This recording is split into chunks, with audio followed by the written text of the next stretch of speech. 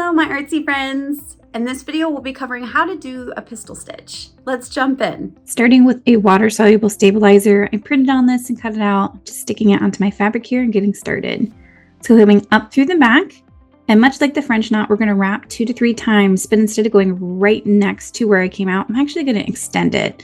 So this is going to create a knot, and this is called the pistol stitch. So I'm going to come up again. I'm going to be using the same center for each of these pistol stitches. This creates the center of a flower. It's a really great way to create that center element. So again, I'm going to come up through the back, wrap 2 to 3 times, and just go back down a little bit further away from my initial stitch than we do with the French knot. So do a couple more times so you can see the finished piece, but this is our pistol stitch.